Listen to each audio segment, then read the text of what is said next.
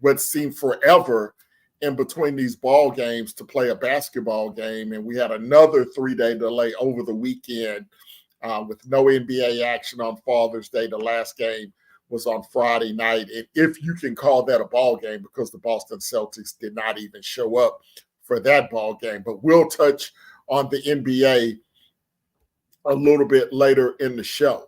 Something we've never done on the show. We're going to lead with golf tonight, as it was really one of the few compelling things on television today. And I rarely watch golf, particularly with no Tiger Woods on the leaderboards anymore.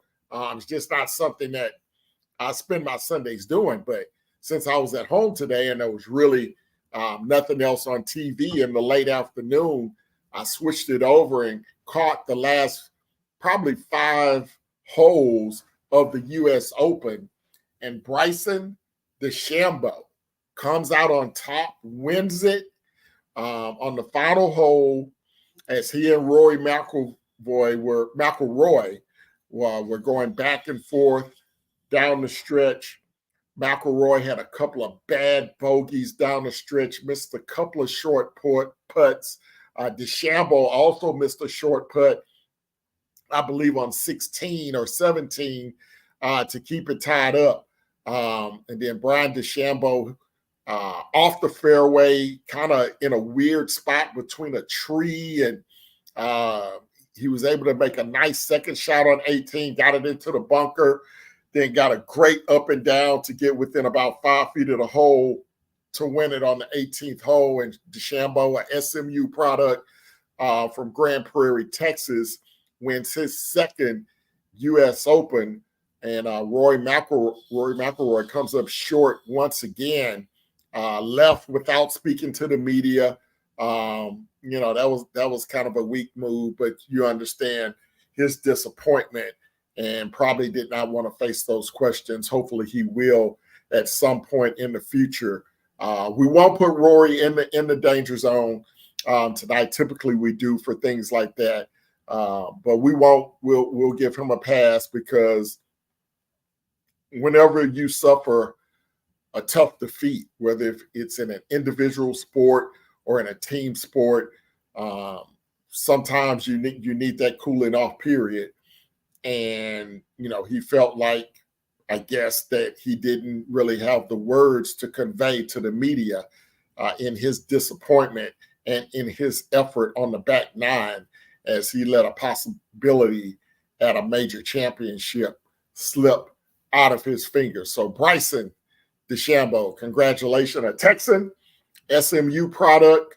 My goddaughter went to SMU, so congratulations to him on winning the U.S.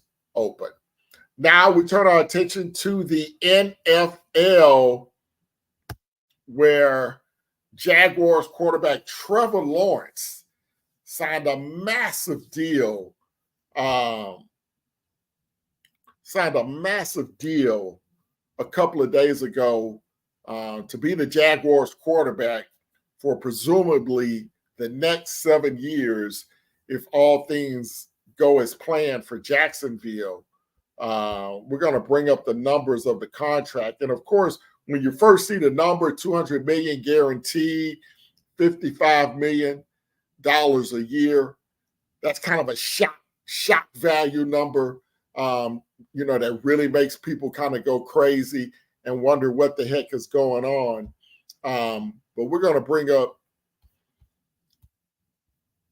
his actual numbers here in just a moment and kind of show you what the numbers actually look like for Trevor Lawrence.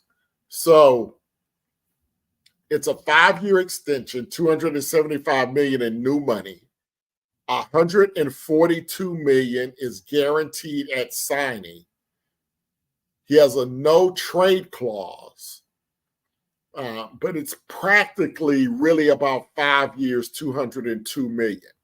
The important thing to notice is the cap hit for the Jaguars and the way that they've structured this contract. It's not as bad as originally thought. When you see the numbers flash across the screen on Fox Sports or ESPN, you're like, oh my God, what are the Jaguars doing? Well, this is really a 5-year extension to the 2 years that he already had remaining on his rookie contract. He's going into his 4th year. So if you look at the numbers here, his cap hit is only $15 million this year in 2024. Next year, it's only $17 million. Then it escalates, $24 million, $34 million, $47 million. And then the big numbers kick in 2029 and 2030. Well, if you're a general manager and this doesn't work out, you probably won't even be there in 2029 or 2030.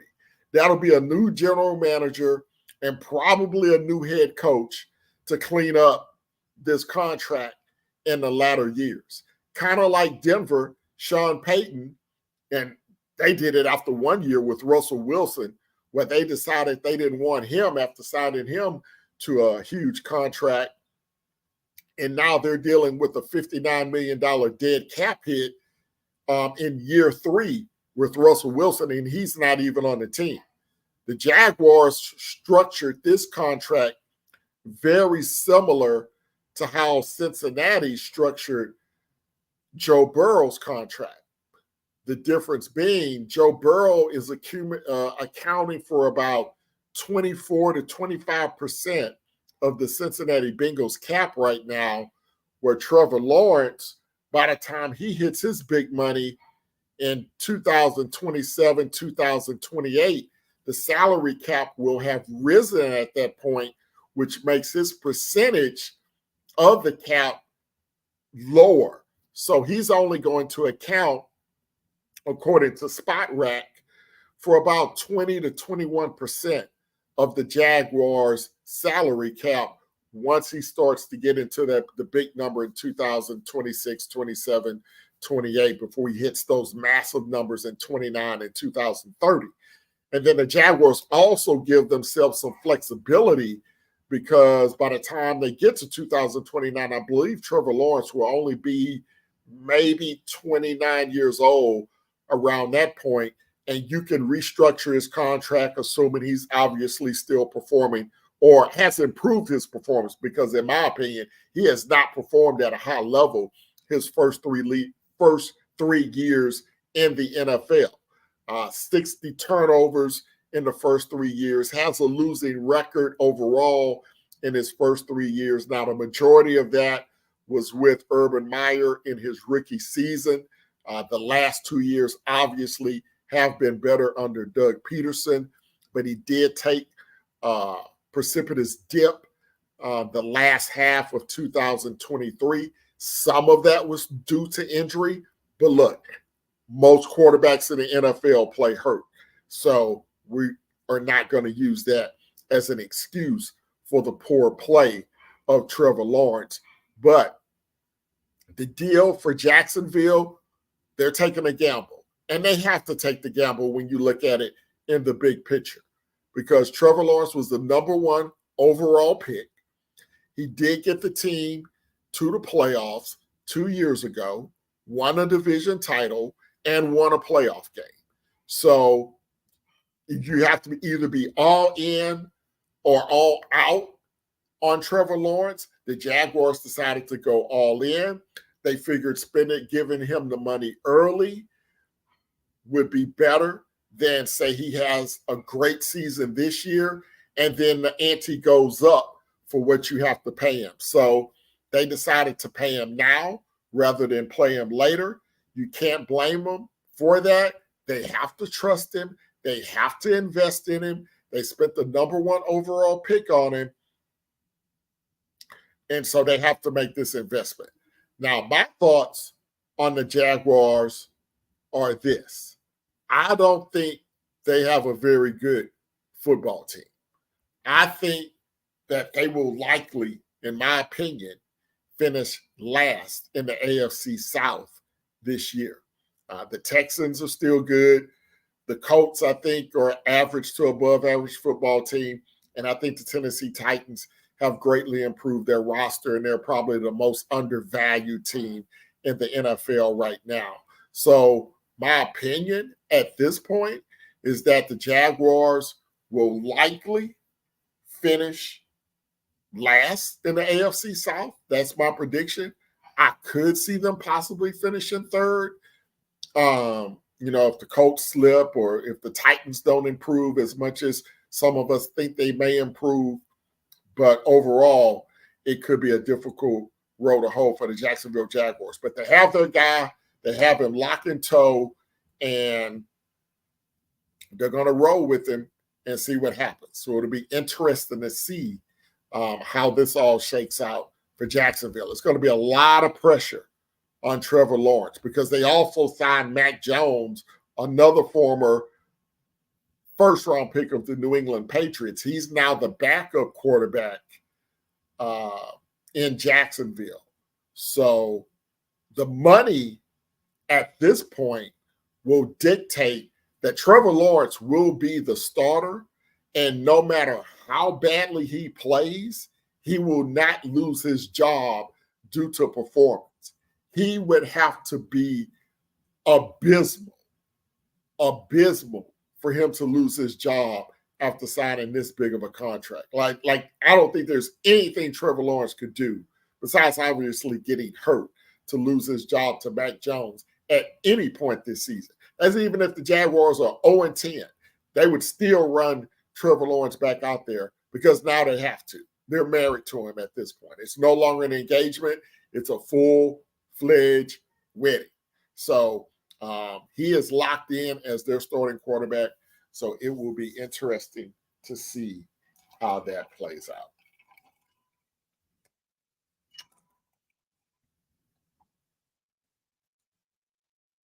We move now from the NFL, and we definitely want to get you guys comments. If you guys have comments on Trevor Lawrence, if you guys have comments on Bryson DeChambeau winning the U.S. Open today, we definitely want to get your comments in the comment section.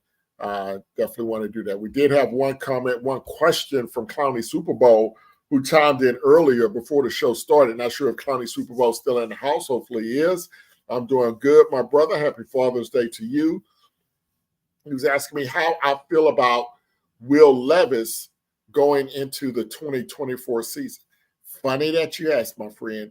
We're going to have a big show next Sunday, possible maybe one midweek. We're trying to get a special guest to join us possibly midweek, but either we will or we won't, either during the week. But regardless, we will have a big show next week focusing on the quarterbacks in the AFC South, particularly on Will Levis, what his expectations are, what the Titans look for him, what is his ceiling, what is his floor, what are realistic expectations for Will Levis. No, they're not going to go 13-4 and win the division and be the number one seed. Neither do I think they're going to go 4-13 or 3-14 and have the number one or number two pick in the draft. I think those are two wild extremes that won't happen. I think it's going to be somewhere in the middle for the Titans, somewhere anywhere from 7-10 to 10-7 type season, because you always have those 2 or 3 games. There's really those 5 or 6 games that can go either way. And it's really going to depend on the offensive line, the running game, obviously no Derrick Henry, brand new coaching staff. So it's going to be a lot for the Titans to try to get together. The offseason, the training camp, which I believe starts July 23rd or July 22nd, somewhere up in there. It's going to be a very important training camp for the Titans and for Will Levis to see how quickly not only he, but the rest of the offense can grab a hold of the offensive system of Brian Callahan. And so it'll be interesting to see. But we will have a big show on the AFC quarterbacks. That will be next Sunday night. Now, we will turn our attention to the WNBA. Another big weekend of basketball. I'm sure all the talk shows tomorrow, once again, are going to be talking about Caitlin Clark and Angel Reese, the Indiana Fever and the Chicago Sky. They played this afternoon, and the Chicago Sky lost to Indiana and Caitlin Clark, 91-83. Caitlin Clark has won her last 3 matchups against Angel Reese ever since LSU defeated them in the national championship game 2 years ago. Iowa, of course, beat LSU a few months ago in March Madness, I believe in the Elite Eight. Caitlin Clark helped them win that game. And the Indiana Fever are 2-0 now against Angel Reese and Cordova in the regular season of the WNBA. So that's 3 straight wins for Caitlin Clark over Angel Reese. But, of course, it's not about just the game, right? It's about the game within the game and then the game after the game. So within the game, there was a hard foul. Caitlin Clark was going in for a layup. Angel Reese comes across, trying to block the ball. Her forearm catches Caitlin across the head. Officials called it a regular foul. They go to the monitor, review it, and they upscale it to a flagrant 1. All over First Take and everything else tomorrow, as they're going to talk about the hard foul on Caitlin. And of course, with it coming from Angel Reese, that's going to be a huge topic of discussion. Angel talked about it a little bit after the game. Now, there was a lot. I did not see the entire game today. I saw some of the game today. I didn't see the entire game. But from what I read online from multiple sources is that it seems like the officials didn't do a very good job today in the ball game. Angel was somewhat critical of the refs after the game. Now, what you read and how you hear it are kind of different. The quote that's going to get pulled from her comments is Angel saying, I guess some people get a special whistle. She was upset that some of the fouls that were called against Chicago were not the same fouls that were called on the other end of the court against Indiana. I'm not going to put Angel in the danger zone for that because, again, this is after the game. You've lost again.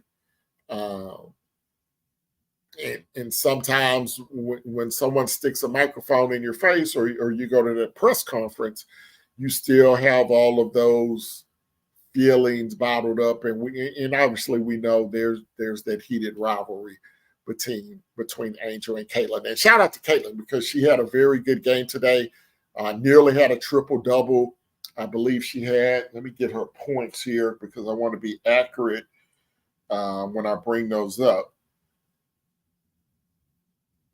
I think she had like 28 points, 8 rebounds, and 9 assists. Let's see. Yeah, 23 points for Caitlin today, 8 rebounds, 9 assists. Very good game. She had 2 block shots. She did have 5 turnovers. Turnovers have been a problem for her so far this year, but she shot 7 of 11 from the field. She was perfect at the free throw line. She had 3 of 7 for 43% on her 3-point shots. So she had a very good afternoon. Angel had a very nice game as well today. 11 points, 13 rebounds, 5 assists, 2 steals, 1 block, 1 turnover. Now, she was only 4 of 13 from the field. And one thing that Angel, I believe, in my opinion, she's going to have to work on getting a little 10 to 12-foot shot because a lot of her shots are inside within 2 or 3 feet from the basket. And when she's going up a bigger, stronger person, sometimes it's difficult for her to get that shot off. So she's going to have to learn to step away from the basket, hit that little 8, 10, 12-foot jumper, and I think that's going to greatly improve her game. Her buddy Cardosa, the other freshman for the Chicago Sky today, she had a double-double, 10 points, 10 rebounds. But again, she was only 4 of 11 from the field this afternoon. So again, Angel and the Chicago Sky come up short against the Indiana Fever. And all of a sudden, I won't say all of a sudden, but Chicago, I believe now is 4-9 on the season. And Indiana, I believe they won a couple of games in a row. The schedule is starting to get a little bit easier for Caitlin Clark and the Indiana Fever. They're starting to look a little bit better offensively and all around. They're 5-10 right now. So, they could look to improve as this WNBA season continues to move on. Another story in the WNBA is the defending champion Las Vegas Aces. Now, this is a team came into the season hot. They've cooled off significantly since then. They are 6-6 on the season. They lost the game, I believe, on Saturday afternoon to the New York Liberty, who I believe currently have the best record in the WNBA. And the Las Vegas Aces now, they are 6-6. And they've lost as many games this year as they did all of last year. 34-6 they went in the regular season last year on the way to a WNBA championship. So the Aces are going to have to figure it out, and they're going to have to figure it out soon. So going to be a lot of talk, I'm sure, tomorrow about the WNBA on your favorite sports debate shows. So just be prepared for it. Another day of screaming and hollering and this, that, and the third when it comes to Caitlin Clark and Angel Reese. But Caitlin Clark, for the third time in a row, gets the best of Angel Reese. Now, man, what a weekend in H-Town.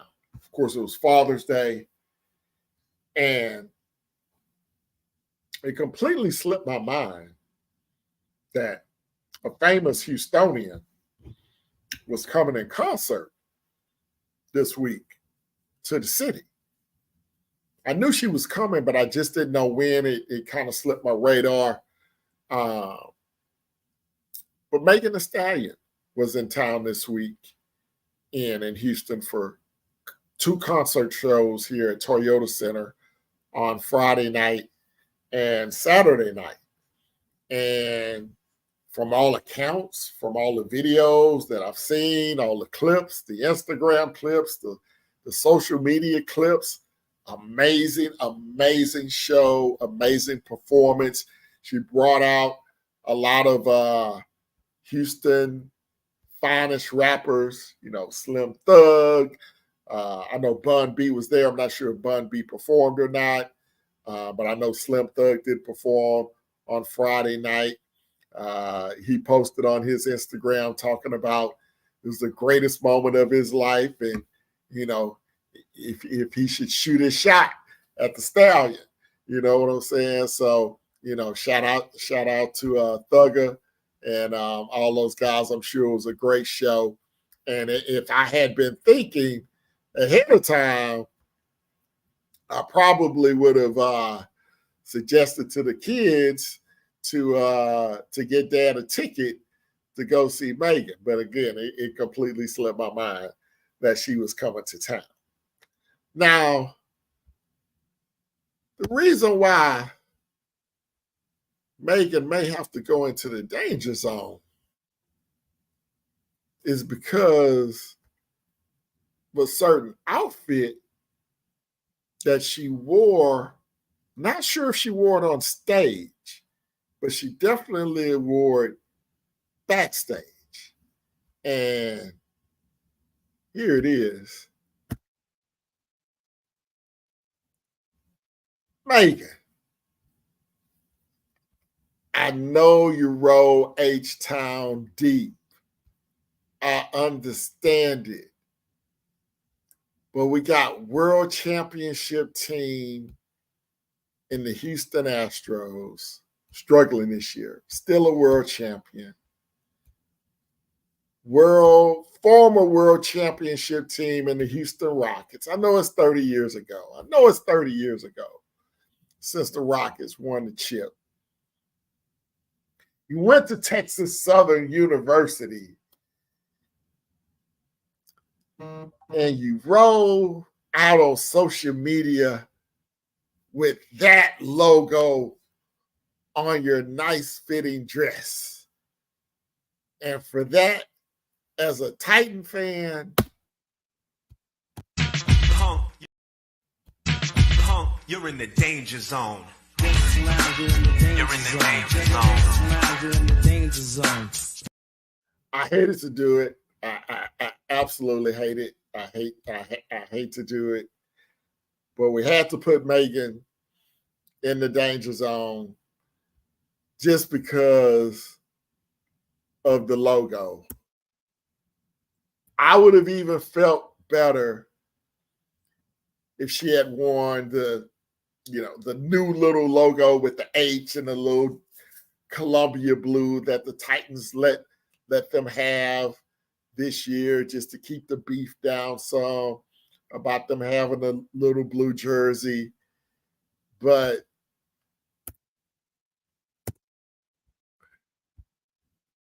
that Texan logo, man, that's just one of the most hideous logos in the history of logos. So we had to put H-Town's finest, and I say that in the most complimentary way, because we all love Megan. We all love Megan. We had to put in the danger zone. And I wish my boy Floyd B was here for this discussion, because I know he would have a lot of thoughts on this one, but he's not. He's still entertaining. So I will let him continue to entertain. And I will take this one solo. So we have to put Megan in the danger zone. Now, what I will say, and I was thinking about this as a more, should I get the camera right here, as a more, another topic of discussion that I think that I want to have, as we get into the dog days of summer, once the NBA finals are over, presumably tomorrow night. I mean, now we're into a summer of not, you got your hockey's almost over for those that care about hockey. So you're going to be deep into baseball, college baseball, golf, and it's going to be kind of a, those aren't topics that really drive a discussion on a show like this. So we try to think of things that we can talk about, getting into social media, entertainment, things of that nature. And one thing that I think that I would really love to talk about and to have a deep discussion on is, who is the best hip hop or R&B entertainer to come out of the city of Houston?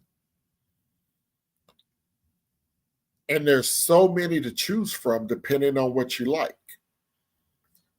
I think it would be interesting to create, and I'll talk to my partner about this, maybe like an NCAA style bracket where we put all of the entertainers in a bracket from the Houston area.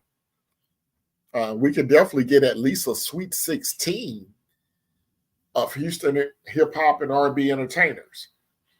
Seed them 1 through 16 and see who comes out on top. Now, I know most people automatically will say Beyonce or Destiny's Child. But how do they, and we know in record sales and money made and nationally, if you did this nationally, the automatic answer would be Beyonce. But here in Houston, what would that answer be for people in Houston? Because there's some people in Houston that not big Beyonce fans or not big Destiny Child or Kelly Rowland fans. So when you think about them, you think about the Ghetto Boys, you think about UGK, then you think about the individual solo careers of Scarface and Bun B and Willie D. You think about In Vogue, the original R&B group. You think about H-Town, the group H-Town.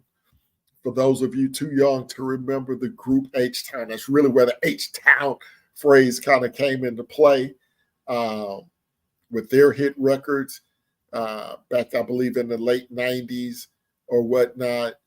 You look at, guys like Slim Thug, Paul Wall, Mike Jones, Zero, Fat Pat. You think of all the legendary hip hop stars and R&B stars that have come out of H-Town, and how would you rank them? I think that may be a really fun topic for us to discuss going forward. Okay, 1 second here. I want to make sure we're good. Okay, perfect. All right. So I want to make sure you guys could hear me.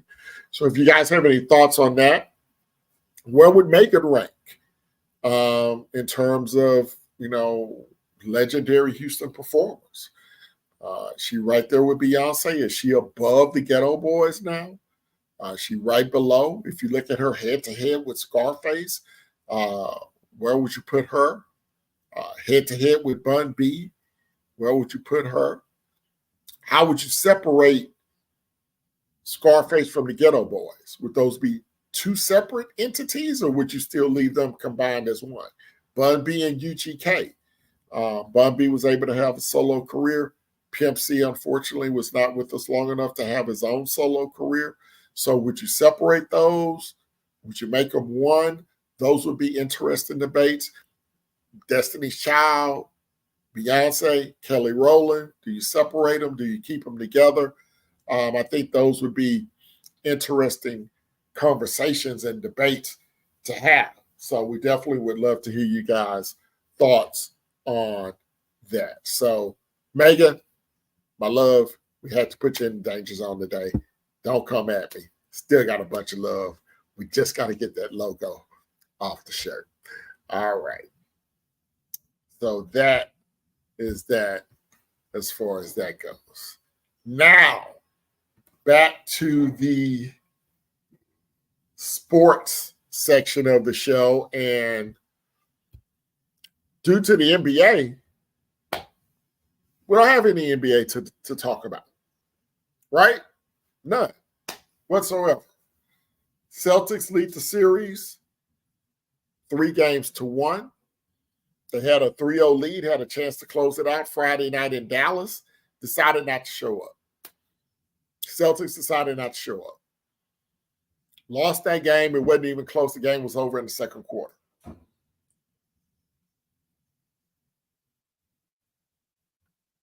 And the NBA decided, since they had their preset schedule, there would be no games today regardless.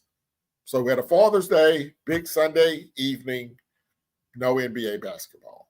Why? I have no idea. The only thing I could think of is because ESPN is running Sunday Night Baseball with the Yankees and Red Sox, and they didn't want to put the NBA Finals game against the Red Sox and Yankees because both games would be on the ESPN family of networks, and they didn't want to go head-to-head with one another and kind of cannibalize their own audience. That's the only thing I could think of is when they made the schedule, they knew what the baseball schedule would be, obviously. And when they preset the NBA Finals, they wanted to have Sunday night exclusively for the Red Sox and the Yankees, who play 1 million times a season anyway. So I'm just assuming that is what happened. I don't know for sure, but that's the only thing I can think of as to why the game wouldn't be tonight as opposed to on a Monday night. But neither here nor there. Dallas won 122-84 in game 4. Boston decided not to show up for that game at all. So they'll take their chances going back home tomorrow night. Now, tomorrow night, I'll check the odds and see what the point spread is. Boston, as they have been at home for the first 2 games of the series, are favored at 6.5-point favorites. They easily covered the spread in the first 2 games of the series. Dallas, I believe, was favored by 1 in game 3. Boston was favored, I believe, in game 4.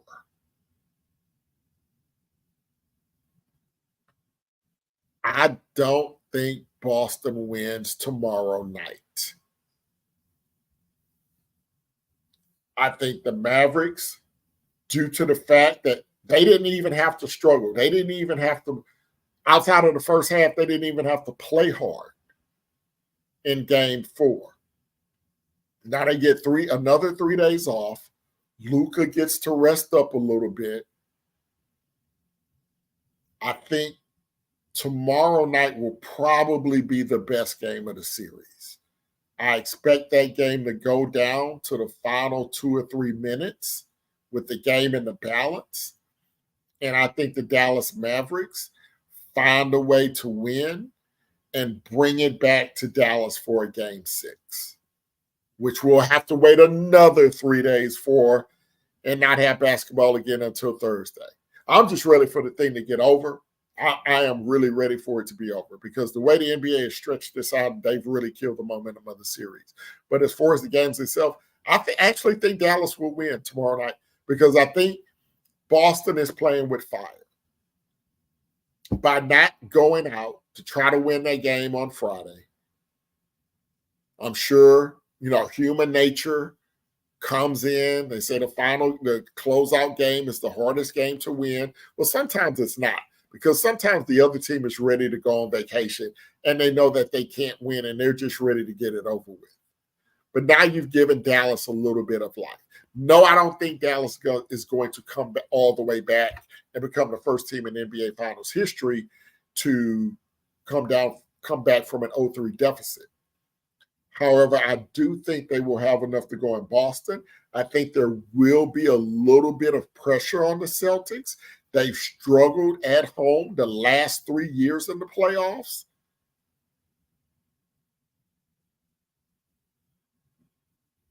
And I think they will struggle on Monday night.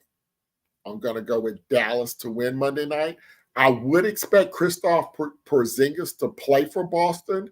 He was suited out and available on Friday night. Coach Joe Mazzulla, said they would only use him in specific situations. Well, none of those situations occurred because the game was a blowout halfway through the second quarter, so they didn't need to risk it. So now he will have had a whole week off since his injury in game 2. I think now if he comes out and has an outstanding performance, Porzingis, like he did in game 1, if he's moving, fluid, offensively and defensively, and he can protect the rim and block shots and change shots. If he can do everything that he did in game 1, I think the Celtics could pull it out tomorrow night. But if Porzingis is not right, or if he's not available, or if he's only available in limited spurts, I think the Mavs will win on Monday night. Now, coming back on Thursday, I think the Celtics will knuckle down. They seem to play better on the road when they're fully engaged.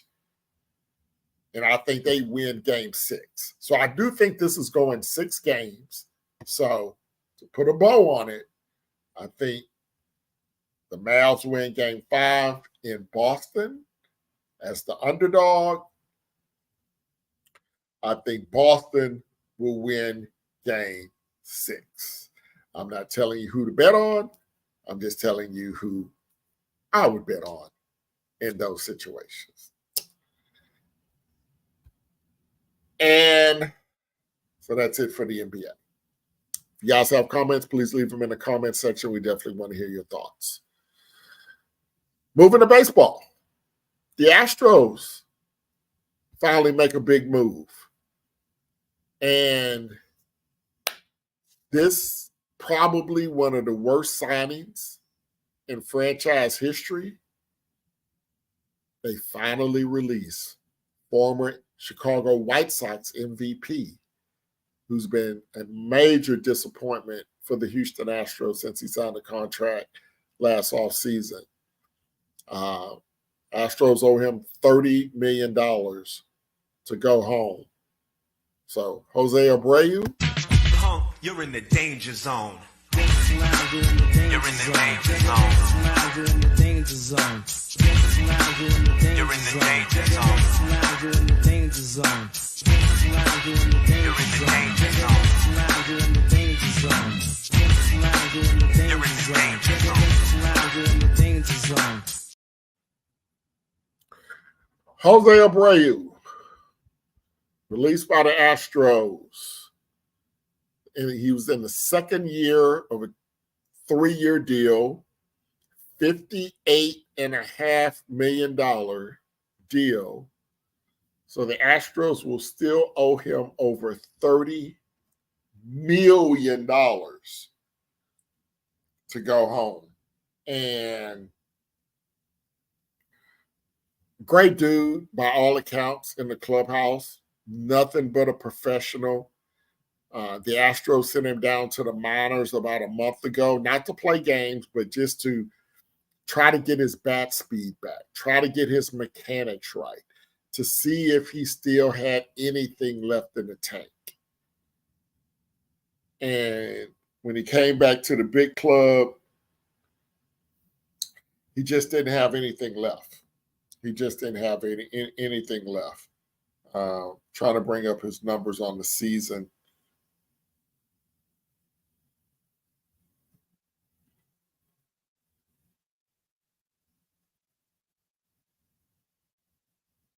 One moment here. Yeah, this season, 14 hits in 113 at-bats, batting 124. Not 224, 124 on the season. That's Jose Abreu.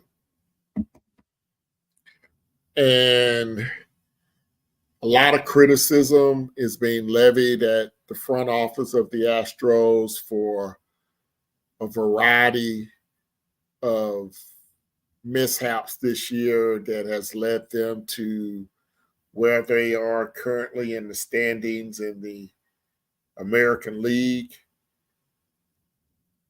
This is a team, obviously, that has been in the playoffs, I believe, every year since 2015, if I'm not mistaken.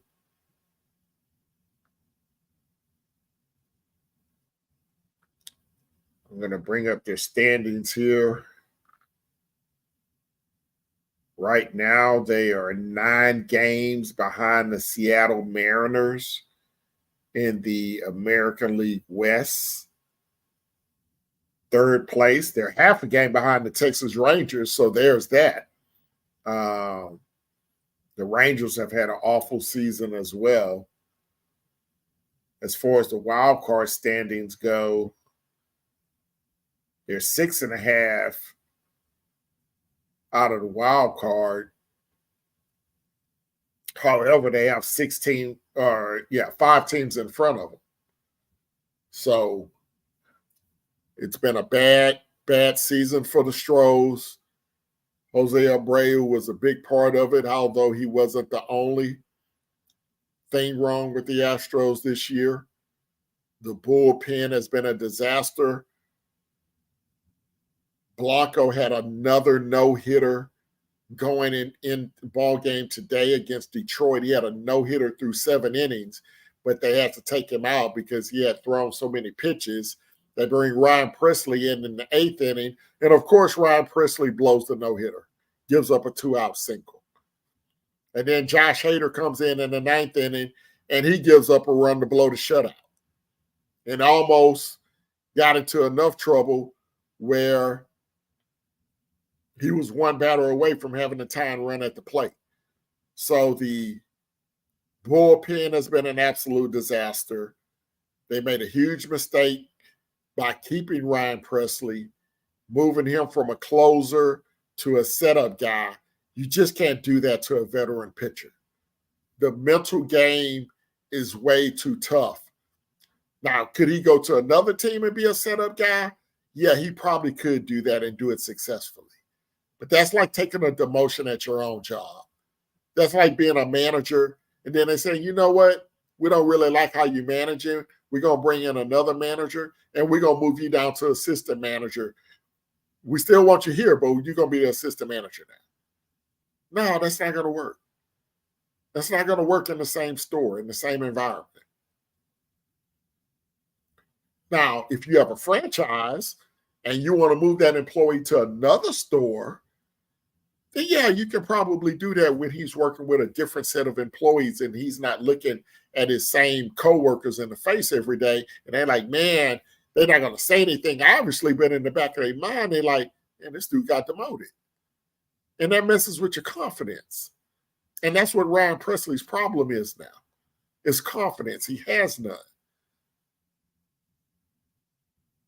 But it all comes back to the decisions that management made with this team. And it's been a problem the entire year. I want to welcome my partner to the show, Floyd B. Welcome to the show, my brother. I know you were entertaining guests and family. I hope you had a wonderful Father's Day. How did everything go this afternoon, sir? Everything went Gucci today, man. Thank the Lord, man. I was even able to get me a nap in it. So everything turned out, man. Again, apologize being a little late. Had family and friends and relatives over, man. And it's just a joyous, man. You know, sometimes we take these little days for granted, man. Granted, sometimes we get older, man. We kind of grow out of these things, you know, the holidays, the holiday. We kind of grow out of them. So it's good to have family still kind of remind you, you know, just how blessed they are, you know, even though, you know, when we go to sleep or leave out the room, they're going to talk about us, Ken. They're going to talk about no doubt. Oh, yeah. No, look, mine's still downstairs right now, man. My oldest daughter brought me dinner today because my wife wasn't feeling too well, and my youngest daughter wasn't feeling too well. And me and my young daughter, we hung out all day yesterday because her cousins were having a graduation party. So, you know, I went with her, and she drove yesterday, gave me a heart attack. You know, I can't sit in the passenger seat, man. Nah, they can't. I can't sit in the passenger seat with these kids, man. They make you have the little handle that you have on the roof, man. I'm holding that handle, man. I'm like, and she's like, Dad, I've been driving for 5 years. I'm like, yeah, I've been driving for 45 years. 45 years. It's a little bit of a difference, you know what I'm saying? So, but all in all, we thankful. You know, I'm thankful, grateful, man. And as you can see, man, late and all, I'm eager to get here in the danger zone. So fill me in, brother. Fill me in. Hey, man. Well, you saw we caught. Well, so we'll reverse. We'll go in reverse order because we were talking about Jose Abreu and the Astros releasing him this week. He ended the season batting 124, not 224, 124. Man, and they finally pulled the plug on him.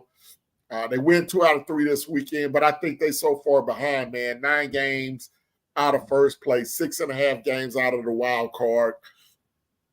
The bullpen has been a disaster for the Astros this season. I mean, you can't count on anyone. Blanco has been a surprise. He'll probably be the only one that makes the All-Star team. Maybe Kyle Tucker, but Tucker's been hurt the last week or so. I don't know when he's coming back. Altuve, maybe. The thing is, you know, Altuve won't get voted in, so it'll be up to the managers. And I haven't paid enough attention to know who's been good and who's not at the various positions in the league. We'll take a look at that as we kind of get into the dog days of summer coming up here in the next couple of weeks. But I just don't see it for the Stros this year, man. I don't think the manager is good enough. I don't think the players are good enough. I think they got to move Alex Bregman at some point. He's been playing well lately. He had a 16-game hitting streak that was snapped today. So he's improved his average from around 200 up to around 237, 238. So he's been playing much better as of late. But soon as he started playing well, Jeremy Pena's in a slump now. So it's like they can't all get on the same page at the same time. Well, here's my take on the Astros, and it's just this season. Of course, we both agree that we think the manager is well above his head on his duties. We both agree on that the manager may not be the right guy for this team. But here's something I was thinking about the Astros. I've been thinking about them the whole weekend, to be honest. Sometimes, man, when you lose and you plug in, the replacement, so to speak, the Astros has been lucky enough to keep hitting. They lose players and they pick up a player, someone to step up. They've been able to plug. But I think the Abreu plug, letting Yuri walk, that didn't work. It didn't work. That plug-in didn't work. Not securing you a true center fielder. I think Tucker in center field right now. Am I right? Tucker playing center field right now? Or is he in right field? Yeah, Tucker's the right fielder. Right. It's a revolving door in center field with Dubon and Myers and Chaz McCormick. Chaz McCormick, yes. So it's been a lot of rotation in the center field position. Again, just, you've been able to pick up Verlander at the end of the year, last season. You've been able to pick and plug. And it caught up with them this season. It caught up with them, Ken. Not having listen, as critical as me and you both were on Dusty. And we was on Dusty, man. We was on Dusty. And I'm still going to agree with what we thought about Dusty all last season, that his style, his commitment to being not being flexible will catch up with him in today's baseball. Me and you both agree on that. But damn it, let's give Dusty his flowers too. If Dusty the manager of this team, we're not this bad. We're not this bad. We're not this bad. And you mentioned something a second ago when you're saying that it's like they can't get hot at the same time. Well, we had those problems over the years. Everybody not on the same page at the same time. But here's what got us over those humps. The guy that was hot at that time carried us until the rest of the team were able to catch up and get into their groove and get into their rhythm. Right now, we got Bergman, quote, playing better. 16-game hitting streak ended. But did he carry us in any wins in that 16-game hitting streak? You feel what I'm saying, bro? I'm big on how things occur and not what the outcome, the numbers tell they are. And I just think that when we had, I think last season before last, Altuve come out struggling. He struggled the first month or two of the season. I think it was last season, maybe the season before last. But we had other guys in the lineup that carried the team until the star caught up. We haven't had that this year. And again, the manager's always had. I'm stern on that. The bullpen has been the problem all year. I told you at the beginning of the season when we come out hard, I said I'm not really worried about hitting. I think hitting will come around. It's the pitching that I was concerned about, and us losing our 5 starters the first 2-3 weeks of the season. It pretty much tell you why we are where we are right now. picking this team apart and what can be and what could be. Because it's a weak division, I'm not going to just throw the towel in on them because they're 6.5 games out of the wild card. There is a possibility. We're not going to just do it. This is a veteran ball club.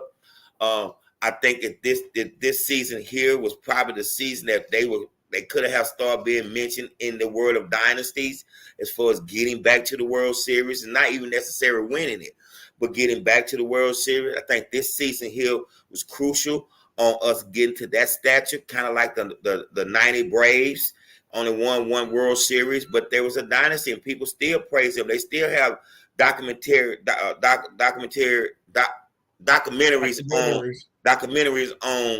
on the 90 Braves, you know, only winning one World Series, but appearing in 3 or 4.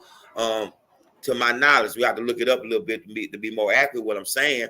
But again, they were there. They were the team to beat. And I thought that this season could have been that season where we could have been talking about dynasties with us because of the last 7 or 8 years, the Astros has been the talk of Major League Baseball. Whether or not they give us the flowers or the promotions or all the commercials and things that go with being an elite team, as if it was the Yankees. If the Yankees would have been in our position that we were in right now, they'd have been on every bulletin board across the United States. We just happen to be the Houston Astros, and we're okay with that. But right now, we just, you know, if we can weather through this storm, and I think the front office need to look at it and see if this guy is the one to move forward with us.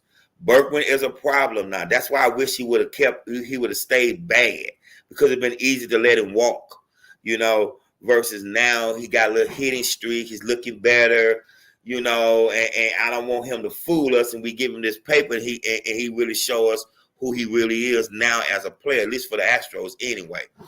But again, you know, we always want the best for our teams. We are homies all the way with Astros and Rockets and anything else. It's them Texas and Titans that we have a problem with. And I think due time we're gonna work that out too, bro. That's gonna work out too. It's gonna work out. Well, we'll put a ball in the Astros, and you made an easy transition to what I talked about earlier. Yes. Not sure if you caught it or not. So, you know, one of our favorite performers, at least for me, I don't know how you feel. Megan Thee Stallion was in town this weekend to have back-to-back concert shows at Toyota Center. And, you know, she brought out the legends, Slim Thugger and this guy and that guy, you know, for the shows and, you know, the clips and all of that. And had a hell of a performance. But I had to put her in the danger zone. I had to put Megan in the danger zone. Because she had this on. I had to put it in the zone, and I hated it. Floyd. I hated it. It tore every fiber of my being to put this beautiful young lady, graduate of Texas Southern University, HBCU. But she had to go. Punk, you're in the danger zone. She's a Houstonian as well. Am I right? Yes. But you just said we have the world champion Houston Astros. We have the former world champion Houston Rockets. We got Texas Southern University, your alma mater. If you want to wear a logo, wear one of a winner, a champion, your school. Don't wear the logo of the worst run organization in the history of the city. And that's a fact. It's undebatable. No, come on. And listen, after the Astros went to the World Series in 2005, from 2005 to 2015, that's a decade of being just terrible. Four consecutive seasons, losing 100 games. No, the Astros was worse. And the killer. No, Ken. Overall, the Astros were worse. I'm not talking about 10 years, 8 years. I'm talking about the history of the franchises. You can't wear that. You can't wear that. Listen. Wear that, man. The Astros had their moments in the 80s. They had a moment. They had their moments in the 80s. But for the most part, this is a team that allowed players to leave this franchise and become superstars and Hall of Famer elsewhere. The Astros. I remember the Joe Sambitos, the Floyd Bannisters, the Craig Reynolds, the Joe Fergusons, the Mark Lemongellos. I remember those guys too. Cliff Johnson, Edith Cabell, Say Salsa. I remember those guys as well. And the franchise was terrible, Ken. They were great players. They were great players. Great players, yes. But overall, the franchise was terrible. Even bringing Nolan Ryan back. What franchise is worse, the Astros or the Texans? In their entire no, you're talking about in their entire existence. Yes. Which clearly the Astros. For one, they got more years. For one, that's off the mud. Clearly the Astros, man. Worse. Listen, man. They got 2 world championships. They've been to like 7 World Series. Okay, they've had that chance. They got over 70 years of here, nearly 70 years here of existence in the city. Okay. It's that time. Now, the Texans, as we know, has only been here 24 years, 23 years. They never won anything. We haven't won anything. No, we haven't. But we are babies considered to the other franchise that's in this city. So you're saying they're exempt? Well, I mean, they're exempt from being thrown in as the worst franchise ever in the city. They exempt from that right now. You know, if God bless us to be around here 20, 25 more years, then we can maybe put that. Yeah, it's a possibility if we don't see anything there. But let's be real, man. And this girl, she's very smart because she sees the future. The Houston Texans is the future of the National Football League, especially the AFC. They are the future. Now, whether you want to get on there or not, that's on you, my brother. But she has enough knowledge to understand that she's talking about the future. We are the future of the AFC. We are the future. So now you can have her in the danger zone because she's representing her city, her town, her team. You want to do that? Then you put in the danger zone for being a complete hater. That's why she's in the danger zone. So okay, go ahead. I'll read the hate. Hey, we got to have this segment and this part of the segment. I got something that's going in the danger zone as well that you might not like. But I have to respect that but she's not in my danger zone. And to be honest with you, she look good with them horns on, don't she, right? No, look at it, kid. Look at it, kid. She look good with them horns on, don't she, kid? She look good, boy. She look good, boy. I ain't gonna lie, boy.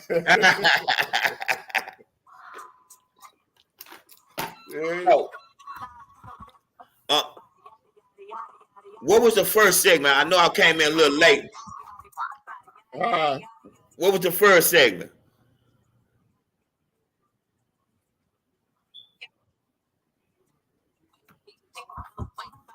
I'll get a little Mega music up in there. I don't know if you can hear it or not. Oh man, let me see what's going on. Let's see what we talking about. No, I'm gonna see where we. Oh, I talked a little golf, man. We had your boy. I don't know if you watched the golf tournament today. No, I did. You're gonna have to lace me up on that there. Look here, man. When golf lost Tiger, golf lost me. Dude, it wasn't nothing on TV today, man. It wasn't nothing on TV today at 5:00, bro. Once the WNBA games were over with and the Astros game was over with, man, I'm flipping channels. And I saw the U.S. Open. I was like, well, let me go and watch the U.S. Open, man. And it was actually quite compelling. Bryce DeChambeau from SMU, he won the tournament today. It was him and Rory McIlroy going back and forth down the stretch. Rory McIlroy missed 2 short putts. I believe, on 17 and 18 or 16 and 18, I think, and lost by one stroke. DeChambeau hit like a 5-foot putt. But he had to, on 18, DeChambeau went way off the fairway into the woods. So he had to shoot the ball out of the woods, went into the bunker, had to go up and down out the bunker, hit a fabulous shot to get out of the bunker to within 5 feet of the flag, and then putted it in for the win. So it was actually a good watch for the last 4 or 5 rounds. Now I can't sit there for 4 days and watch golf. I can't even sit there and watch 18 holes on a Sunday. But if it's compelling down the stretch, the last 3 or 4 holes, which it was today, so shout out to DeChambeau. I didn't put Rory McIlroy in the danger zone. I thought about it because he didn't talk to the media after the event. But I was like, you know what, man? It was tough. He probably mad at himself. Another disappointment. I think it's been like 10 years since he won a major, they said. And so he took off right after the tournament, man. He didn't talk to me. Is it been that long? Because it's been long. It's been longer than that for Tiger. It's been about the same for Tiger. I think Tiger's last one was the Masters, and when he won his last Masters, I was shocked that he got it that time. To be honest with you, but I think that was probably the end of Tiger that we knew when he won. Because I'm almost sure his last major title was the Masters. Hey man, Rory is one of the guys that kept me to learn how to understand the game of golf, to read the scoring and just watching them play, through Tiger. I got the chance to watch Rory, and it's another guy from Houston, I think. There's another guy, I can't quite name his name, but I was able to just follow them a little bit along the way, man. But shout out to the young man, great. I need to get more active and more involved into the game of golf. It is a very, very personal, when I say personal sport, because it's all on you. You have no teammates. You have no help. You got to stay focused. You got to, it's very mind demanding and self demanding. Very, very self demanding. So shout out to the U.S. Open winner, and look out, Tiger. Give us one more, man. Give us one more, Tiger. Give us one more. Pull one out your hat, Tiger. Give us one more, man. I don't think it's going to happen, bro. Me neither, man. I don't think it's going to happen. Me neither. I don't think it's going to happen. Me neither. Man. All right, so we also talked about the Jaguars. They gave Trevor Lawrence that massive extension this week. Here to look at the numbers. One thing I pointed out was that the way it's structured is actually in Jacksonville's favor.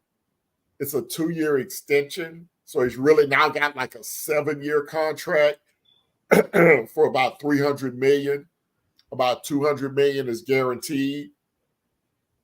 But the cap hits are very manageable through the first 5 years. It doesn't get really bad until 2029. And my comment was, if it doesn't work out, the general manager and the head coach won't even be there in 2029 to worry about it. So they did a good job in structuring this. And you got to be all in on Trevor. He was the number 1 pick in the draft. Now, I'm not a fan. I think he's an average quarterback at best. He's got to continue to improve. But I think if you're Jacksonville, you're smart to structure this the way you did. Because one, if he has a good season this year, then you would end up paying him even more money next year in the offseason. So you get ahead of it. You allow him to play free. He doesn't have to worry about his financial future. He can just go out there and play football. And if he's great, he's great. If he's not, you can move on and you just take the hit. Yeah, it is. I mean, everybody likes to kind of reflect back on the Jared Goff deal when the Rams re-signed him after the third year, they when he was eligible for extension, they went on and gave him an extension. And I think this was the Rams plan the whole time, was to get in front of this cap hit. But unfortunately, the coach and the quarterback didn't click, and they parted ways. Listen, You talking about the Broncos? I'm talking about Jared Goff and the Rams. Jared Goff. Before they traded him? Yeah, before they traded him. Yeah, before they traded him. Okay. Yeah, before they traded him. They was kind of trying to get in front of him. It's similar to what Jacksonville is doing here. Got up in front of him and is cap friendly for the first 3 or 4 years of the contract when the contract actually starts. So I thought about it because we talked earlier in the week, and you was real eager to put him in the danger zone. I wasn't, because they pretty much didn't have no choice. You know, hey, he has not shown the flashes that he did as a collegiate player, as being the number 1 pick. But god dang, man, the man had Urban Meyer, man. You know, and that was a painful experience, man. And things like that roll over into a player a season or two, you know, even when he's under a different head coach. So I'm not that hard on Trevor. I do believe he was the best quarterback in that draft that season that came out. I believe he was. He deserved to be the number 1 pick. He have shown flashes, but I just think the Jaguar as an organization, I think that coaching is the problem. I think they got talent on defense. Believe it. I mean, we're shooting this straight from the hip. I think they got talent on defense. They can have something special with Christian Kirk in a slot position, but I'm not sold on Gabe Davis. You know, you giving him this deal when it's obvious he can only run one route. He's a big guy, can go up and get the ball. He can't run but one route. It's interesting to see what happened with Jacksonville with them drafting Brian Thomas, the guy out of LSU. Let's see. I'm a fan of his.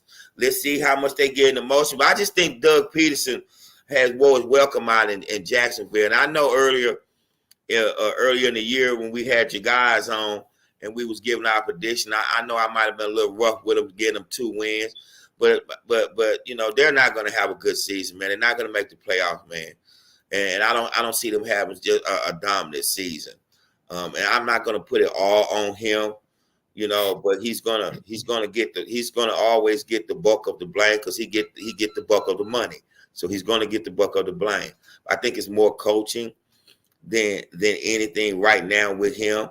And I'm looking forward to the season again. I was maybe going a little extreme saying giving them 2 wins. You know, they may win 4 or 5 games this season, 6 games at most, but I don't see them being a threat as in the AFC South. I just really don't. Nah, I agree with you. I predicted them to come in last behind all 3 teams. I mean, maybe if Tennessee doesn't improve as much as I think they will, or if the Colts, you know, they don't improve as much as I think they will, maybe they can move up to 3rd. But I think they're a 3rd or 4th place team in the AFC. One thing I going back to, we'll go back to that in a moment, because I think I want to discuss maybe next week. We'll go back to Megan in just a moment. Yeah. But as far as the Jaguars, they've missed on a lot of draft picks. Hopefully Brian Thomas for them will do well out of LSU, as you mentioned, because they really need another target on the outside, especially after losing Calvin Ridley to the Titans. They lost a couple of players in free agency as well. Of course, I think they paid Josh Allen. They gave him a big contract. So that's your guy on the defensive side. You got Trevor on the offensive side. You got Travis Etienne. Shows some flash, and he's got to get a little bit more consistent. I like it, though. He's got to stay healthy. He's got to stay healthy. Yeah. So it's going to be interesting to see if he can continue to ascend as kind of that Christian McCaffrey type back that can catch 40 to 50 passes out of the backfield and still give you, 1,000 to 1,200 yards on the ground. So he's got to be that all-purpose guy for them. But like you, I don't see the Jags doing a lot this year. from you are not you're not that guy. He's screaming 49ers all the way, and he also posted up a lick and he's had in his comments. You guys can check the comments as well. And he had his comments as Mahomes and Allen and CJ and Purdy and Lamar Jackson. Those was his top 5 quarterbacks. So shout out to him. Glad to have you join in, man. Keep coming in with the comments, man.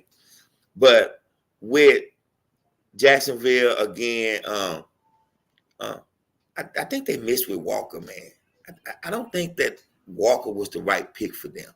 They should have drafted Aiden Hutchinson. Yeah. That's who they should have drafted. It's who they should have drafted. Yeah. And all that occurred while allowing us to, as the Texans, I think it was in the same draft that we wound up taking the boy at LSU to save the Stringler Jr. So it kind of maybe worked out for everybody. But I thought that was the bad pick. I didn't think Walker was the best defensive player on the board if they was going that way. Should have went Hutchinson. And now they kind of seeing that right now.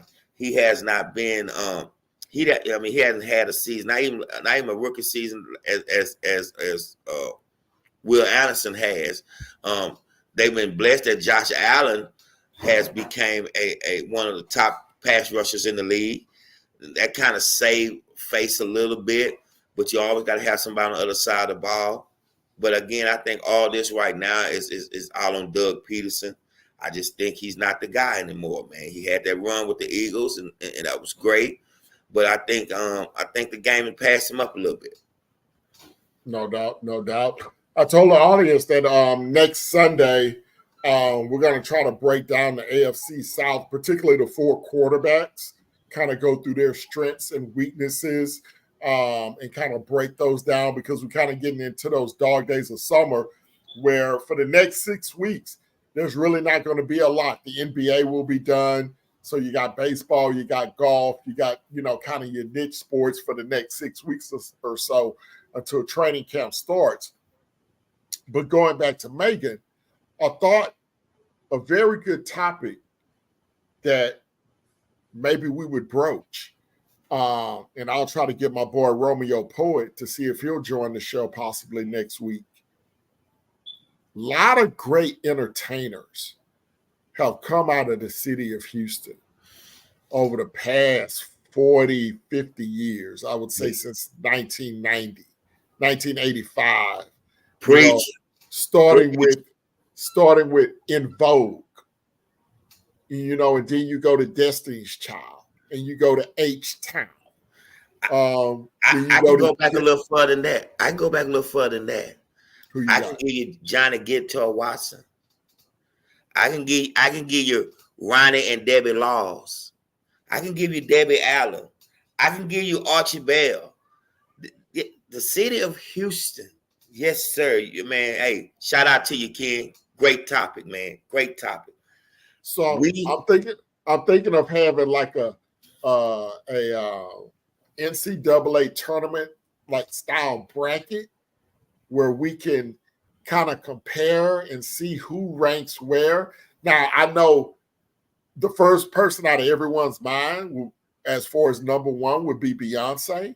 Not in my book. Hold on. I'm saying nationally, the first person out of everyone's mind will be Beyonce. Here in Houston, that may not be the case because there's a lot of people in Houston who are not Beyonce fans for whatever reason. For whether it's the music, whether it's outside stuff, whatever it is. Not giving back. There are a lot of people who don't like Beyonce. I personally love Beyonce, but that's just me personally. But I think this is the type of discussion, and it's not a like or dislike, but just who's your favorite? Who do you think the best is? Is it Scarface? Is it Megan? Is it Beyonce? Is it In Vogue? How do you separate Beyonce from Destiny's Child? How do you separate Scarface from the Ghetto Boys? How do you separate Bun B from UGK? Do you put them in their own solo category? Do you put them all together as a group? So that's something I want us to kind of think about, and we definitely want audience participation to see who would come out, because man, we put out a lot of superstars. Man, that's excellent, and based on how successful this will be, it's going to be successful because you're going to have your hands all on it. Everything you touch, my brother, turns to gold. You know, so it's gonna work. It's gonna work, and then maybe somewhere down the line we could also do this as far as H-Town greatest athletes, greatest professional athletes. We can have that because we have had a lot, along with entertainment, Ken. We had a lot of great athletes and players from this city that we live in, from this city that we love, brother. And you know, people forget about the individuals, the Carl Lewis, the George Foreman. You know, they just think about the Earl Campbell, the Akeem Olajuwon, the Nolan Ryan. But they forget about Mike. They forget about Greg Pruitt, Mary Lou Retton. Yes, you know, yes. So it's a lot. So we got a lot on our plate, y'all. Just to let you know, just because basketball and NCAA and all that stuff is coming to an end, we're gonna have a lot of great topics for you guys. So we definitely want you to stay with us each and every Sunday night. We got a lot of stuff, and if you guys have some topics that you want to broach outside the normal realm, please hit us up and let us know. Absolutely, man. Absolutely, man. Y'all join in with us, man. And these next 6 weeks gonna be very interesting. It's gonna be fun as we lead into training camp, and that's where the ball gonna start rolling then. But again, for the next 6 weeks, I know for sure. Join us. It's gonna be fun. We're gonna be dipping that. We're gonna get these brackets together on H-Town all-time greats, performers and athletes, moments, trials and tribulations, heartaches. We've had a lot of heartaches in this city, Ken. We had a lot of heartaches as well. Losing pivotal games, losing lives, professional athletes that we've had here to have fallen short. So H-Town, we down south, true enough, man. But damn it, y'all gonna hear us. You're gonna hear us. We're not going away anywhere. We're not going away anywhere. And we may have our own division under our own shed, in our own house. But we would never bring the dirty laundry outside. Because when you see us, it's H-Town all the way. Shout out to us, baby. Wouldn't want to be no place else. Give me that $322 million, that's the mega million. And I'm going to still stay here in H-Town, man. No doubt. Yeah. The last thing I talked about, man, was the week in the WNBA. I don't know if you saw any of the games today. Indiana and Chicago, Caitlin Clark and Angel Reese. Angel Reese with the hard foul on Caitlin. They call it a flagrant foul. I'm not sure if you saw the action today. Caitlin, they won again. They beat Chicago 91-83. So that's 3 games in a row now. If you go back to the Elite 8 between Iowa and LSU, and then the first 2 WNBA games this year between the Fever and the Sky, Caitlin Clark and her teams have defeated Angel Reese and her team. Angel, after the game, she said, quote, "I guess some people get a special whistle," unquote. So, what's going to be all over TV tomorrow morning. So if you don't want to hear it, don't even turn your TVs on, because that's going to be the number one topic is Caitlin Clark versus Angel Reese and the hard foul when Angel Reese, kind of clocked her in the head going for a block shot. I'm quite sure they're going to make my day in the morning, because I didn't see the game. I didn't see it, so I will get a chance to see probably some. I can put on NBA Network. They might be having it on replay over there. But it would be interesting in the morning. I'm ready to hear what happened and see everyone else respond to it, see the world respond to it. maybe I check with you. Maybe we can do a special tomorrow, especially if Boston wrap it up. Maybe we can do a special tomorrow, and we can speak more on this particular incident right here. But again, man, I'm happy that the WNBA is getting the attention. I don't have a problem with them discussing whether this is a hard foul, a soft foul, or whatever. Let them girls be them. Let them play. Let them have fun. Let them entertain us, and let them make their bread, man. Shout out to them. Hey, man, again, they've said there's been some better draft classes than this past draft class that the WNBA have, and probably have been. But this class here is the most watched, and the players that has entered in this draft, Ken, has been so far very, if not anything else, entertaining. It's been very entertaining. It's eyes on there. Shout out to them girls, man. Y'all go have some fun, and it's about time that y'all begin to get the money that they deserve, man. But again, without this class, I don't know if you and I be on this platform giving the WNBA as much attention as we're giving it now. If everybody would be honest and agree with Monica McNutt said, hey, man, everybody's on the bandwagon now. Yes, we're on the bandwagon now. Finally, after the very existence in 1997, with our Houston Comets winning not back to back, not 3-peat, but 4 in a row. We won 4 in a row. Mm-hmm. And damn it, Ken, I need you to use every influence you got, because it should be a documentary on the Houston Comets. They should have a 30 for 30. Right. It is long overdue. It's long overdue, bro. You're right. It's long overdue. Right. You think the 30-30 for the Rockets was long overdue when we finally got it. This is long overdue. Matter of fact, this is the perfect timing for it. You're absolutely right. Now. You're absolutely right. You're right absolutely now, right. You're absolutely right. Yeah, so that might be something that we have to look at presenting to the powers that be. Yes. Yeah. Yeah. It's something, man. And you can kind of get a little John McCain in you, man. John McCain is, don't get me wrong, he followed the Texans and he go up there. I mean, the Titans, and he's in Tennessee a lot, and he still have connection with the Adams family. John McCain, man, is legendary in the city that we in, and this is H-Town, Houston, Texas, man. And maybe, man, I may have to go over there on 16 on Kirby, because I finally seen actually the place where they actually is on air at. I actually passed by this week where they be airing it when they over off of Kirby at this little bar, wherever it is. I actually seen it.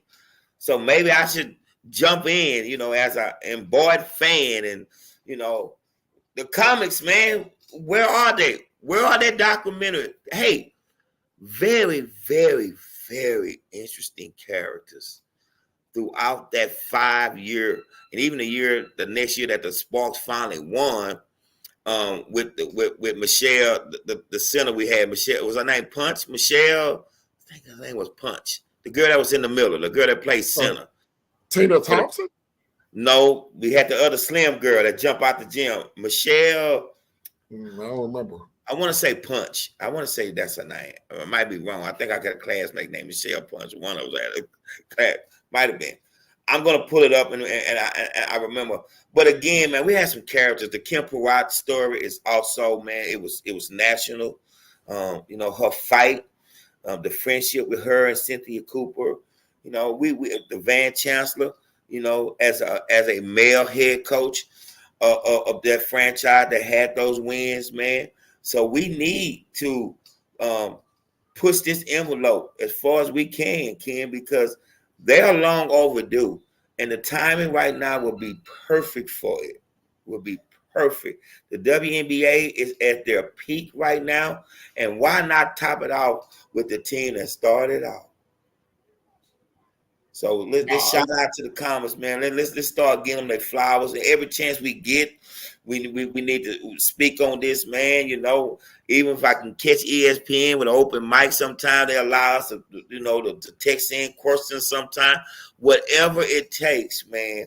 We need to get this team and this franchise the flowers for being the inaugural team to win these championships, but not one time, not two times. Say, LeBron, we ain't playing. You holler about not one, not two, not three, not four. Well, we did it 4 times. The Comets did it 4 times, bro. So let's give them their flowers, man. Let's do what we have to do, man, to try to let the world be awakened that there were a dynasty, and the only dynasty that the WNBA has ever had belongs right here in H-Town, baby. Yes, sir. Yes, sir. Let's get it done. Let's get it done. Now, you said you had somebody that you wanted to put into the danger zone before we get out of here tonight. Yes. The whole ESPN first take is going in the danger zone. Punk, you're in the danger zone. You're in the danger zone. Here's why I'm putting them in the danger zone. LeBron James. I am so tired of when they're discussing LeBron James. He's so cerebral. He's so savant. He's smart.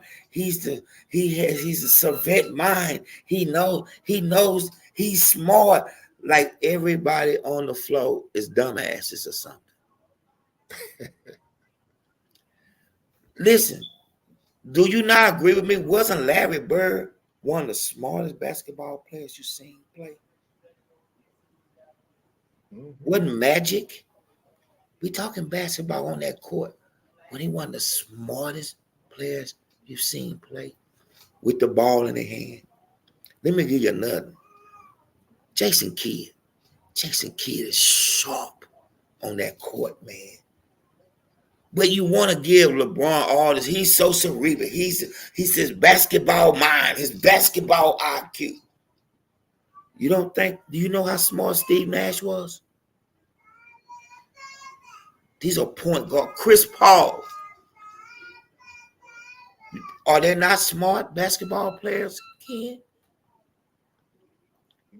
Are they not? I want to hear your take on this, whether or not you're gonna agree with their asses in the danger zone or you can take them out. But we always hearing this from that particular group of individuals. Because I look at FS1 and all the rest. I mean, everybody always, give LeBron his flower, but the extent that they go through to make it think like LeBron is the most smartest basketball guy to ever get on the court. It's right now, it is weighing its tail on me, man. It's weighing its tail. He is so severe. You know why? You know why? He's had 4 coaches in 6 years in LA. Because the real fact of that matter is LeBron James don't want to be coached. He wants to be the coach. Now, you can say he's drinking his own Kool-Aid and all. Hey, man, LeBron, great. To me, he's the 3rd greatest basketball player I ever seen play. He would never pass Magic or Kareem in my eyesight. I don't care what he does. He would never pass those 2 guys in my eyesight. He's right there at number 3. And if I keep talking about him long, I'll put Kobe in front of him. No, I know you won't. I'm just saying. I'm not a fan, but I'm not a hater neither. But for you to keep constantly bringing up his basketball IQ as if none of these guys previous or in the future can be as smart as he is on the court. He's going to make the right play. That's what smart is, right? Making the right play. Well, nobody did that better than Magic and Bird to me. and later on J Kidd. So that's just my end. That's me. I'm putting them first take in the danger zone, and I like to hear what my host has to say about that. I don't know if I would put him in the danger zone for comments on LeBron because, I mean, I've heard him be pretty critical of LeBron when it comes to the coaching situation with the Lakers. Now, I mean, of course, they give him his flowers for what he does on the court and and that's all basically the money he about. makes and da da da da da. But I've heard Stephen A. Smith go at him. I've heard Stephen A. Smith go at him for the situation with Bronny and how that's shaking out, and the pressure and everything then that's going. So I don't know if I can co-sign 100%. Now I would say probably the network as a whole put LeBron on a pedestal, but I don't know if they do it more than anybody else. I mean, we all know Skip Bayless hates LeBron. I won't say hate. Yeah, he's not a fan. He's not a fan. He uses LeBron's name to prop up his own show, which works all the time, but it's not working anymore because his show is probably going to get canceled here in the next couple of months. Yeah. I'm thinking that it's going to hang. I'm thinking they're going to cancel him. I think him his show. I mean, they'll have to get a whole new show, a whole new concept. Yeah. But back to LeBron, I think he gets his fair amount of criticism. But my main focus is the basketball court. The things about the coaches and his son and everything. Hey, that's news. But I'm saying the flower they give him, like he's just this brainiac guy, man. Like nobody knows what he knows on this court. The savant that he is, man. Nobody. I mean, man, bro. I seen Bird and Magic play, man. They make the right play. Man. And at the same time, they didn't run through a whole lot of coaches neither. Right. Now, I think they're all equal in their knowledge and their basketball IQ. There you go. And the one thing that today's generation of players,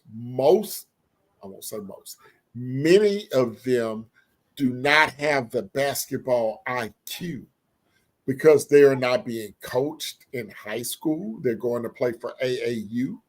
And they're just Jalen Green is a perfect example. Me and you talked about it a couple of times. Yes.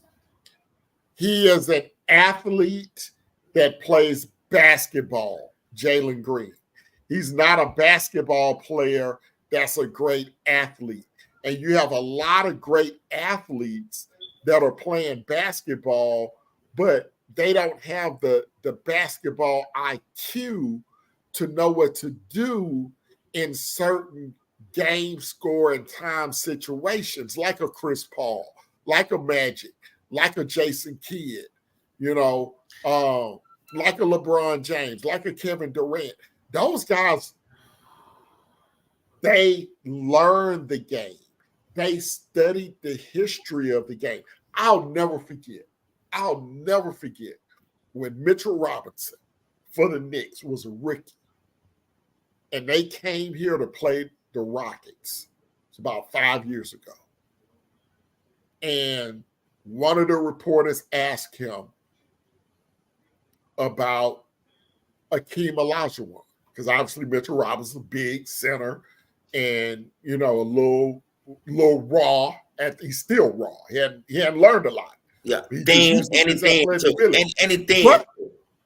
But he did not know who Akeem Olajuwon was. He didn't know who Akeem Olajuwon was. This was 5 or 6 years ago when he was a rookie. Probably 4 or 5 years ago, because I don't think he's that old. So I'll say probably 5 years ago. He didn't know who Hakeem Olajuwon was.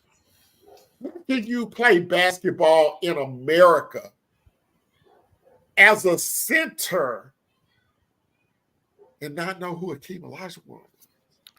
Because the But game. a lot of guys, a lot of centers, particularly tall guys, they play basketball because they're told that's what they're supposed to do. Because they 6'8", 6'9", 6'10", 7 feet. And they don't love the game. They play the game because it's easy for them. It's easier for them. But they never really develop their game. They don't develop their mental IQ for the game. And they don't know the history of the game. Dwight Howard. Dwight Howard is a prime example of that right there. Just not studying the game, not knowing the history of the game. Listen, man, AAU has a lot to do with this. AAU has a lot to do with this because it's where they can start playing some sort of organized ball, you know. But because of what it is, they're rushed through it, they're paid through it, and they're not being developed. They're not being developed. Hats off to the NCAA for kind of stepping back right now. You see a lot of these guys are not coming out after their first year anymore because I guess they're not that good again. You know, they're not the Anthony Davis and all those guys. They're the Kevin Durant, one and done. They're not those type of guys. And I think that's probably what the problem is now. They're not their type of guys. So now we're going to see a lot of 4-year guys, 3 and 4 year guys playing college and then coming to the NBA. Fully grown men, you know, and by that time, if you don't have the love for basketball in you, it'll show in your play. And I'm gonna be honest with you, man. I never thought Dwight Howard loved basketball. I thought Dwight Howard played basketball. I never thought he loved it because you came to Houston and you got the best foot when it comes to footwork for a big man. He's ideal. He's the same stature of you. He's 6'10", Dwight. He was never 7 foot. Dwight Howard was not a 7-footer. And some reports was out there that he missed a couple meetings with Hakeem, practices with him. It's out there. He wasn't the only one. There's a few guys I read this article that they missed the practices or having maybe with them. The game is not being taught to him. History is not being taught to him. You know, let me give you a perfect example of a guy I think that if he began to study the game, just how awesome he could be. De'Aaron Fox. I think De'Aaron Fox got it all, bro. Except this. De'Aaron Fox, man. I mean, I watched a lot of Sacramento the last 2 seasons, man. Especially, so have I. Huh? I say, so have I. Yeah, and I see this in him, and I got behind because he's also was a guy who was a Katrina thing. That's how they wind up down here. He was one of those guys too. That's how he wound up down here. And I got behind him. I know a guy who son and him play AAU. The guy coached the AAU team. So I started following him and watching him a lot. Even went back to his Kentucky days. I mean, De'Aaron Fox has it, man. But it's this right here. It's this right here. And with him pushing the ball as much as he does, you know, you got to be great. You can't be, you know, we had some great point guards, man. Stephon Marbury, that's one that comes to mind. He wasn't this. He could score. Steve Francis, they could score, but they wasn't the smartest guy on the court. You understand what I'm saying? Mm-hmm. De'Aaron Fox got the ability to be the smartest guy. He's already the most talented guy on the court, but he got the chance to be the smartest guy on the court too. I see that in him, man, and I think that's you know all this piggyback from the conversation that I was saying that they maybe give LeBron a lot of flowers for being brilliant and smart on the court, but there was a lot of guys and players, past and present, that has that mentality as well, man. And you notice I didn't put Kobe and Michael when I called out these guys that were court smart, you know, because they were more ball hoggers. They were more ball hoggers, you know. So then Bird and Magic and getting everybody making the right play and making sure everybody's where they're supposed to be. It's kind of difference in that, man, you know. So that's why I didn't put those guys in there, because they were ball dominant players, man. They didn't have a whole lot of assists, you know. They didn't have a whole lot of assists. But that's why I put him in there. I put them in there is because, come on, man, it's okay to give a guy his proper. You get to saying it over and over and over as if he's playing around a bunch of dummies, or his teammates has been dummies. You know, he's the great savant. He's so smart. LeBron is going. Yeah, okay. Yes, he will. But there was people before him, man. And I remind some of you guys that's viewing us now, y'all tune in, man. Go and watch Jason Kidd development from when he was drafted in 1994 out of California. He made it to the NBA Finals with the Mavs. Watch his growth and his improvement and how smart he was. And then he learned how to shoot, because he couldn't shoot. He learned how to shoot when he had to shoot, because he didn't have to. J. Kidd didn't have to give you 20 every night. You didn't need 20 every night from Jason Kidd, you know. But you need them 12, 13 assists he was going to give you, you know. So that's why I had him in the danger zone, and I ain't taking their ass out of it neither. Nah, it's cool. It's cool. It's cool. It's your zone. It's your zone. Yeah, just real quick on De'Aaron Fox, and we'll wrap it up. I've been following him ever since he was in high school out here in the Cypress area, because he was right around the corner from us. And I remember when he got his contract extension, I was like, wow, it was almost like Trevor Lawrence, right? It was like, wow, he really hadn't done a lot. He was a high draft pick, but he really hasn't done a lot statistically. But when he got the money, he took on the responsibility of being, okay, I'm the franchise guy. And shout out I have to lead this team. Shout out to Mike Brown too, man. Well, I'm a chill on Mike Brown. But then they went out and got Sabonis. They traded Halliburton, and they went and got Sabonis, so he got him a big man that he needed. And then they brought in Malik Monk, his teammate from Kentucky. And so that made him comfortable. He met a nice young lady. He got married. He's got kids. So he's a young guy. He's probably 25 years old right now. I don't think he that old. Or 24, 25, whatever, 23, 24, 25, under 25. Looks like he's got it all together. Got his family. His family's at every game. You know, in Sacramento, you know, it ain't a whole lot to do to go out and get in trouble. You never hear his name, you know, in any kind of shenanigans like Ja Morant and some of these guys. So to be that young, to be that mature off the court, where you can go, because a lot of these guys single, they run in the streets, run the clubs, and they look, I've been a proponent, especially if you're an athlete, but for anybody. To me, you definitely should get married before the age of 25. And to me, you should be like 28 and over before you even think about getting married. That's just me personally. So I give him a lot of credit. On the court, I've seen nothing but growth in his game. Sacramento, I think I love your phrase. You got to always get better. They did not get better from when they lost to Golden State in 7 games 2 years ago to last year. They stayed pat. They didn't make any moves. I think they got one guy from overseas who really didn't work out, didn't crack the rotation. They still got Harrison Barnes that they're paying all this money to be a small forward. Harrison Barnes been washed up ever since he left Golden State.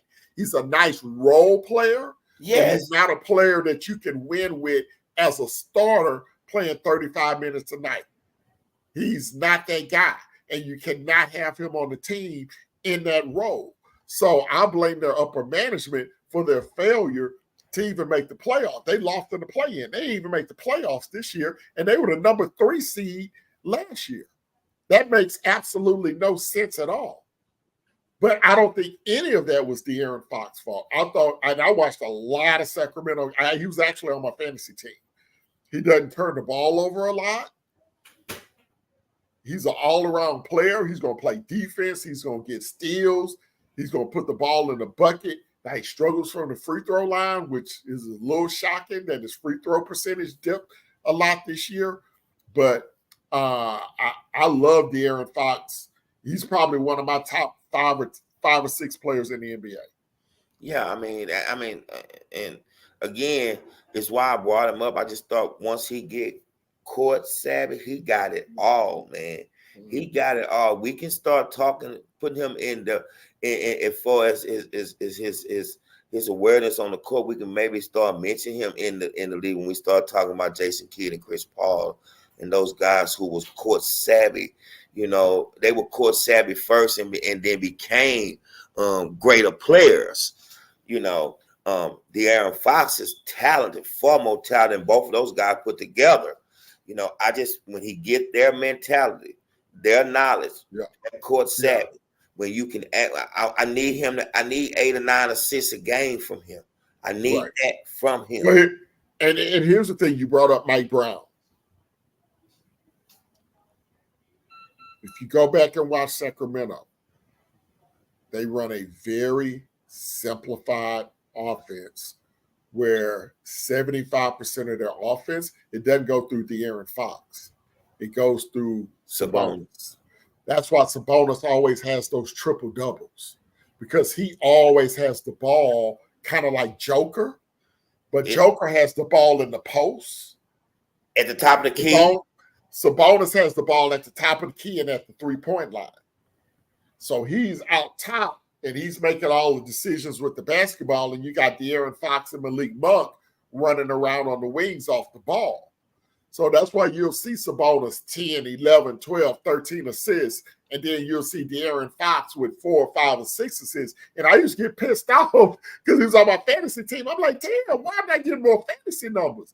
But then I started watching him play, and I understand it's a very simplified offense. It's a lot of dribble handoffs where you got, Sabonis at the top and you got all the guards running around, and he's handing it off to whoever's open. It's really a break off from the triangle because I mean, what Phil called it the post with the center at the top of the key.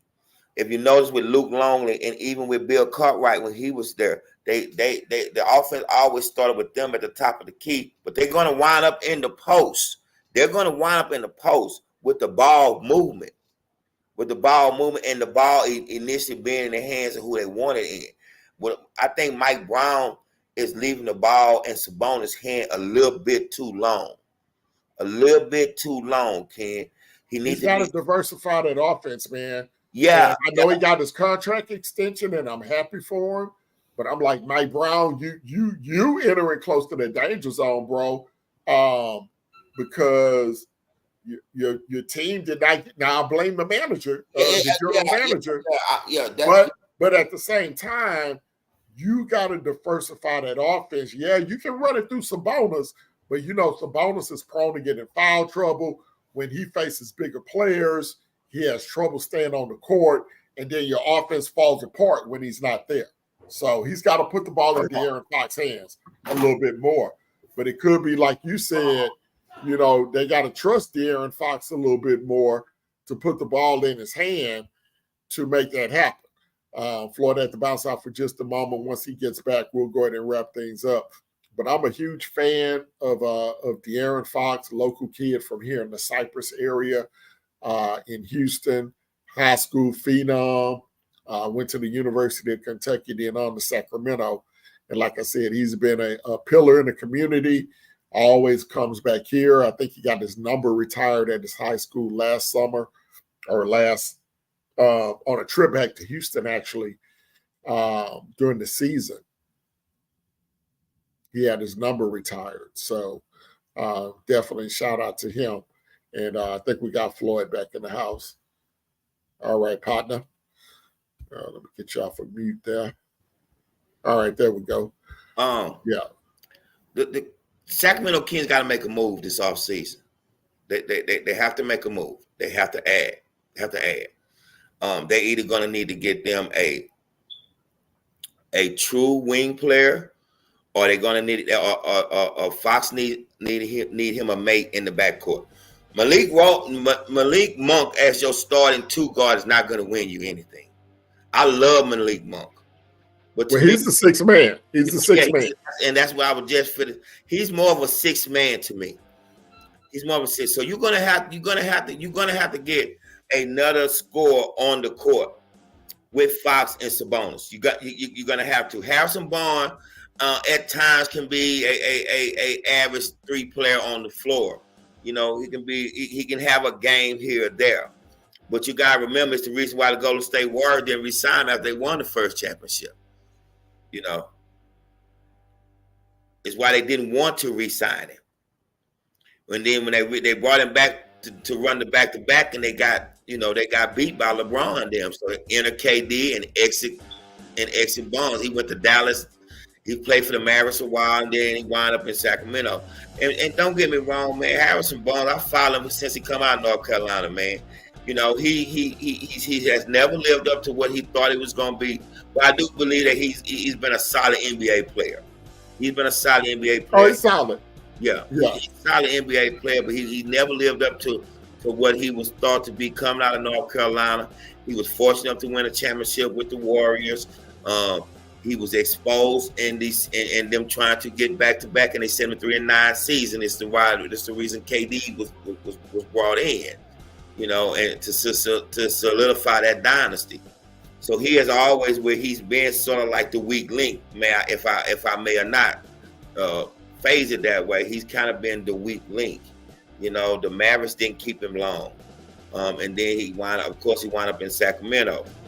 He's been instrumental in some ways on that team, but to me, he hasn't produced and to be able to get them over the top, where they can be a consistent 1 through 4 ranked team throughout the regular season. You know, again, they didn't improve at all, and it caught up with them. You know, I mean, they lost in the play-in game. If I'm not mistaken, to Golden State. Am I right? I don't remember. They lost in the play-in game. I think it was New Orleans. They lost to New Orleans. Yeah, I think it was New Orleans. I mean, so anyway, I was looking forward to them to winning and getting in the playoffs. I want to see more of them. Maybe they can put something together, man, and they can take that next level. But again, I'm a huge fan of De'Aaron Fox. I'm a fan of him, and I want to see him get that mentality, man, and knowing where his teammates is, and let them assist numbers come up, man, so we can put him in the rightful category that he belongs in, man, as one of the top point guards in the league, man. All right, my brother. Well, hey, man, it's a little after 11. We're going to get ready to wrap this thing up. And yes, we will come on tomorrow night after the Boston Celtics and the Dallas Mavericks game 5. We will have immediate reaction after the game. My prediction for tomorrow night, I think the Mavericks win it tomorrow night, force a game 6 back in Dallas. Celtics wrap it up tomorrow night. You know that, man. They wrap it up tomorrow night, man. We can get on here and we can break this down and give a shout out to the Celtics. Maybe Jason Tatum, kind of like Steve Young, got that monkey off his back. Let's hope he get that monkey off his back. And hopefully when we be sitting here, man, the Boston Celtics be the 24th NBA champion. All right, everybody. Well, that's going to wrap it up for tonight. Thank you guys for joining in. Make sure you hit that subscribe button, hit that like button, hit that notification bell, and share the show out to your family and friends. We will be back on Monday night after the Game 5 of the NBA Finals. Floyd has the Celtics tomorrow. I got the mask tomorrow. We'll see how it turns out. Good night, everybody. We'll see you tomorrow night. I'm gonna put you in that danger zone tomorrow too.